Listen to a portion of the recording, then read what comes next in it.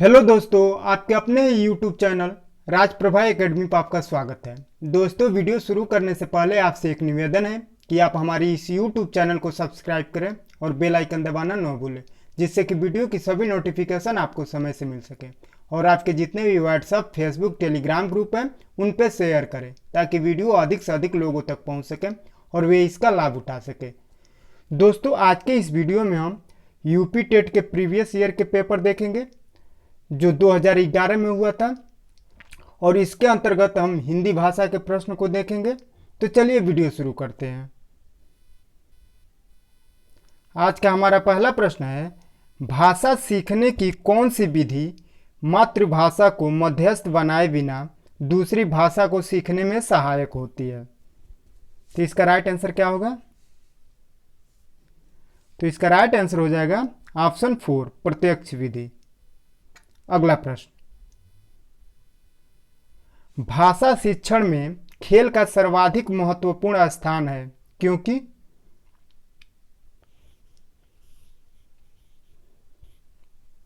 तो इसका right answer हो जाएगा, भाषा शिक्षण में खेल का सर्वाधिक महत्वपूर्ण स्थान है क्योंकि खेल भाषा को विस्तार देते हैं। तो हमारा राइट आंसर हो जाएगा ऑप्शन फर्स्ट, खेल भाषा को विस्तार देते हैं। अगला प्रश्न, पाठ के अंत में अभ्यास और गतिविधियों का उद्देश्य नहीं है। पाठ के अंत में जो अभ्यास और गतिविधियां दी होती हैं, इनमें से कौन सा उसका उद्देश्य नहीं है? तो इसका राइट आंसर क्या होगा? तो इसका राइट आंसर हो जाएगा ऑप्शन 4, प्रश्नों के उत्तर सरलता से याद करवाना। यही हमारा राइट आंसर हो जाएगा। अगला प्रश्न, पठन पाठन के अंत में ऐसे अभ्यास एवं गतिविधियां हों जो? पठन पाठन के अंत में कैसे अभ्यास और गतिविधियां होनी चाहिए? तो इसका राइट आंसर क्या होगा? तो 34 का राइट आंसर हो जाएगा ऑप्शन फर्स्ट, बच्चों को स्वयं कुछ करने और सीखने का अवसर प्रदान करें। तो यही हमारा राइट आंसर हो जाएगा। अगला प्रश्न, भाषा शिक्षण में बालक में मौखिक कौशल के विकास के लिए सबसे कम महत्वपूर्ण क्या है? प्रश्न है हमारा, भाषा शिक्षण में बालक में मौखिक कौशल के विकास के लिए सबसे कम महत्वपूर्ण क्या है? तो इसका राइट आंसर क्या होगा? तो 35वें का राइट आंसर हो जाएगा प्रश्नों के उत्तर पूछना। यही हमारा राइट आंसर हो जाएगा, प्रश्नों के उत्तर पूछना। अगला प्रश्न, भाषा सीखने में मातृभाषा का व्याघात होता है। भाषा सीखने में मातृभाषा का व्याघात कितना होता है?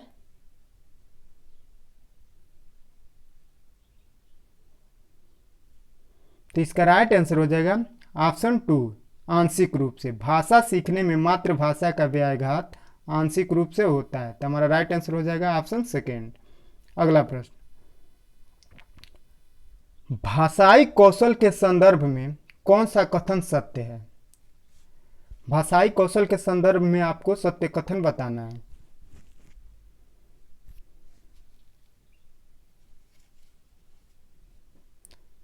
तो इसका राइट आंसर हो जाएगा, भाषाई कौशल एक साथ सीखे जाते हैं, क्रम में नहीं। तो हमारा राइट आंसर हो जाएगा ऑप्शन सेकेंड, भाषाई कौशल एक साथ सीखे जाते हैं, क्रम में नहीं। अगला प्रश्न, भाषा सीखने में होने वाली त्रुटियों के संदर्भ में कौन सा कथन सत्य नहीं है? भाषा सीखने में होने वाली त्रुटियों के संदर्भ में कौन सा कथन सत्य नहीं है? तो 38वें का राइट आंसर हो जाएगा ऑप्शन थर्ड, भाषा सीखने में होने वाली त्रुटियां अस्थायी होती है। यही हमारा राइट आंसर हो जाएगा। प्रश्न हमारा क्या था कि भाषा सीखने में होने वाली त्रुटियों के संदर्भ में कौन सा कथन सत्य नहीं है? तो इसका राइट आंसर है, भाषा सीखने में होने वाली त्रुटियां अस्थायी होती है। अगला प्रश्न, एक प्राथमिक शिक्षक के रूप में आप सतत और व्यापक आकलन करते समय किसे सर्वोपरि मानते हैं? एक प्राथमिक शिक्षक के रूप में आप सतत और व्यापक आकलन करते समय किसे सर्वोपरि मानते हैं? तो 39वें का राइट आंसर हो जाएगा ऑप्शन 4, बच्चों द्वारा विभिन्न संदर्भों में भाषा प्रयोग की क्षमता। यही हमारा राइट आंसर हो जाएगा, बच्चों द्वारा विभिन्न संदर्भों में भाषा प्रयोग की क्षमता। अगला प्रश्न, प्राथमिक स्तर पर बच्चों की पठन क्षमता का आकलन करने में किस प्रकार की सामग्री सर्वाधिक महत्वपूर्ण है?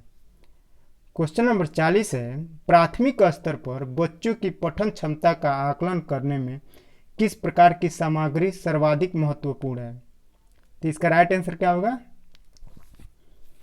तो इसका राइट आंसर हो जाएगा बाल साहित्य की कोई संवादात्मक कहानी।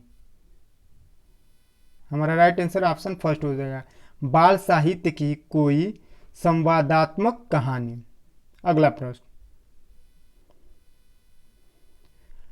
पहली और दूसरी कक्षा में भाषा शिक्षण के साथ ही कला शिक्षा को समेकित करने का उद्देश्य नहीं है। क्वेश्चन नंबर 41 है हमारा कि पहली और दूसरी कक्षा में भाषा शिक्षण के साथ ही कला शिक्षा को समेकित करने का उद्देश्य नहीं है। तो कौन सा उद्देश्य नहीं है? तो इसका राइट आंसर हो जाएगा ऑप्शन थर्ड, बच्चों को लेखन में परिपक्वता लाना। बच्चों के लेखन में परिपक्वता लाना, यही हमारा राइट आंसर हो जाएगा। अगला प्रश्न, प्राथमिक स्तर पर बच्चों की घर की भाषा को अपनी कक्षा में स्थान देना जरूरी है क्योंकि घर की भाषा है। घर की भाषा कैसी है? बहुत ही अच्छा प्रश्न है। प्राथमिक स्तर पर बच्चों की घर की भाषा को अपनी कक्षा में स्थान देना जरूरी है क्योंकि घर की भाषा बच्चों की भाषाई पूंजी होती है। तो 42वां का हमारा राइट आंसर हो जाएगा ऑप्शन थर्ड, बच्चों की भाषाई पूंजी होती है घर की भाषा। तो यही हमारा राइट आंसर हो जाएगा। अगला प्रश्न, भाषा सीखने सिखाने के संदर्भ में गृह कार्य का उद्देश्य होता है। प्रश्न है हमारा कि भाषा सीखने सिखाने के संदर्भ में गृह कार्य का उद्देश्य क्या होता है? तो 43वें का राइट आंसर क्या होगा? तो इसका राइट आंसर हो जाएगा सीखने को विस्तार देना। भाषा सीखने सिखाने के संदर्भ में गृह कार्य का उद्देश्य होता है सीखने को विस्तार देना। तो हमारा राइट आंसर हो जाएगा ऑप्शन सेकेंड। अगला प्रश्न, भाषा अर्जन के संबंध में कौन सा कथन सत्य है? भाषा अर्जन के संदर्भ में आपको सत्य कथन बताना है। तो इसका राइट आंसर क्या होगा? तो इसका राइट आंसर हो जाएगा ऑप्शन फर्स्ट, भाषा समाज सांस्कृतिक परिवेश के अनुसार अर्थ ग्रहण की प्रक्रिया स्वाभाविक होती है। प्रश्न हमारा है कि भाषा अर्जन के संबंध में कौन सा कथन सत्य है? तो इसका राइट आंसर है ऑप्शन फर्स्ट, समाज सांस्कृतिक परिवेश के अनुसार अर्थ ग्रहण की प्रक्रिया स्वाभाविक होती है। यही हमारा राइट आंसर हो जाएगा। अगला प्रश्न, क्वेश्चन नंबर 45 है, भाषा विकास के संबंध में कौन सा कथन सही नहीं है? इसमें आपको गलत कथन का चुनाव करना है। तो भाषा विकास के संबंध में कौन सा कथन सही नहीं है? तो इसका राइट आंसर हो जाएगा ऑप्शन सेकेंड, भाषा विकास व्यक्ति निरपेक्ष है। प्रश्न हमारा क्या है कि भाषा विकास के संबंध में कौन सा कथन सही नहीं है? तो इसका राइट आंसर क्या है?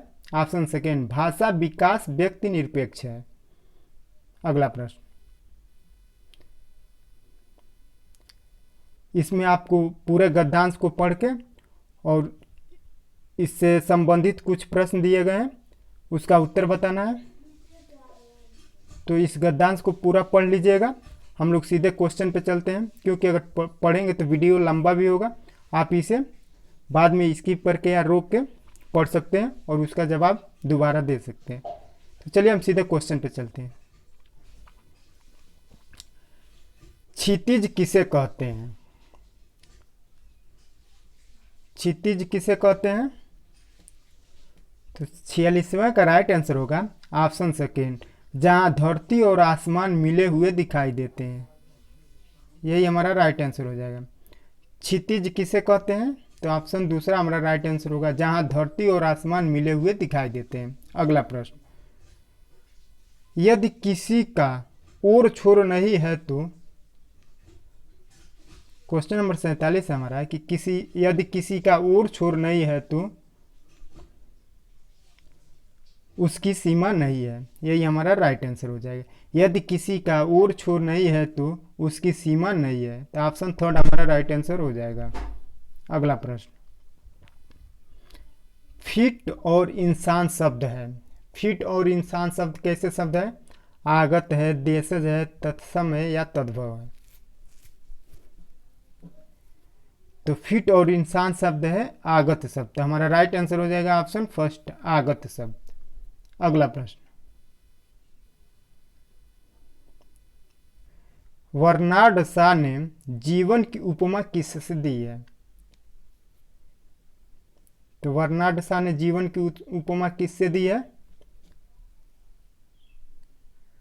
तो इसका राइट आंसर होगा ऑप्शन फर्स्ट, खुली पुस्तक से। अगला प्रश्न, हम बहुत बड़ा अन्याय कर रहे होते हैं यदि, हम कब बहुत बड़ा अन्याय कर रहे होते हैं?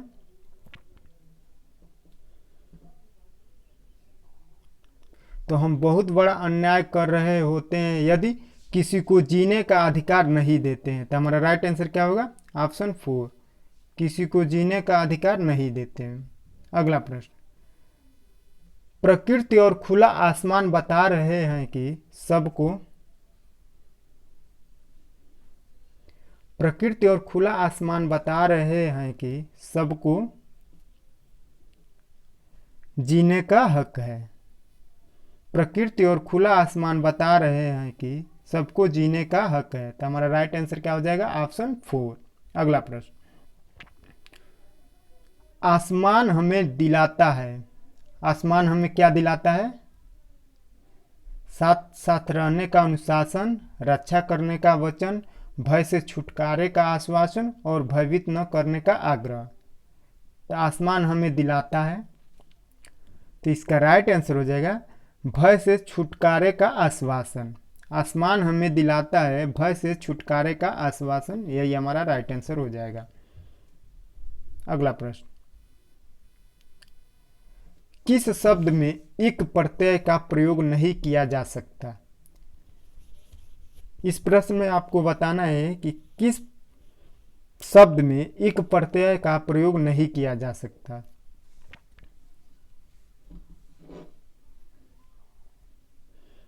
तो इसका राइट आंसर हो जाएगा ऑप्शन सेकेंड, भय। भय में इक प्रत्यय का प्रयोग नहीं किया जा सकता, तो यही हमारा राइट आंसर हो जाएगा। अगला प्रश्न, अपराध शब्द है। अपराध शब्द कैसा शब्द है? पदार्थवाचक संज्ञा है कि भाववाचक संज्ञा है कि व्यक्तिवाचक संज्ञा है कि जातिवाचक संज्ञा है?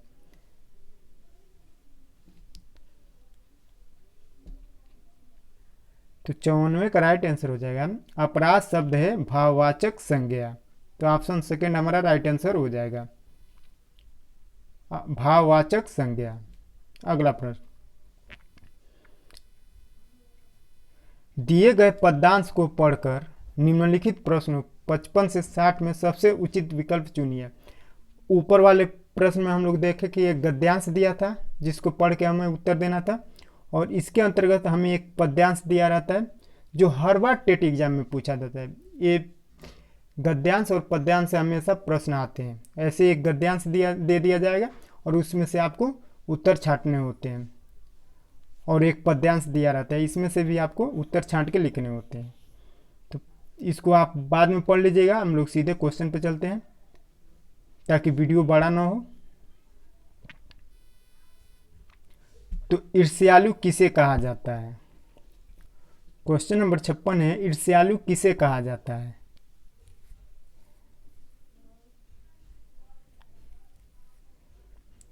तो ईर्ष्यालु किसे कहा जाता है?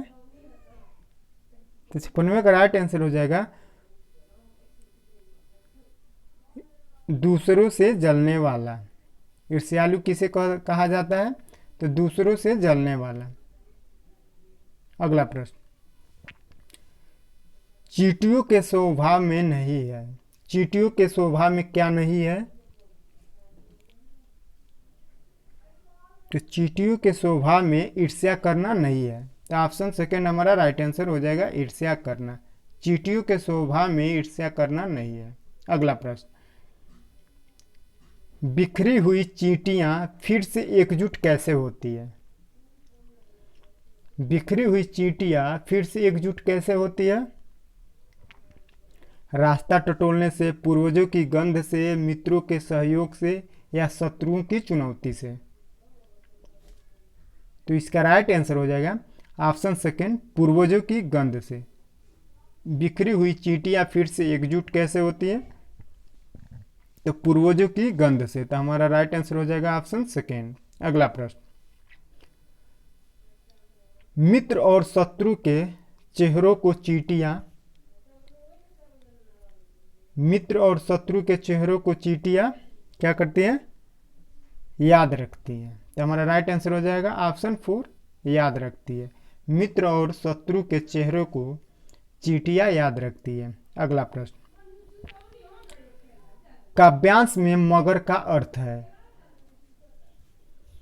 काव्यांश में जो हमारा पद्यांश दिया था उसमें मगर का क्या अर्थ है? तो मगर का अर्थ है परंतु। यही हमारा राइट आंसर हो जाएगा। दोस्तों इसी के साथ आज का हमारा ये वीडियो समाप्त होता है।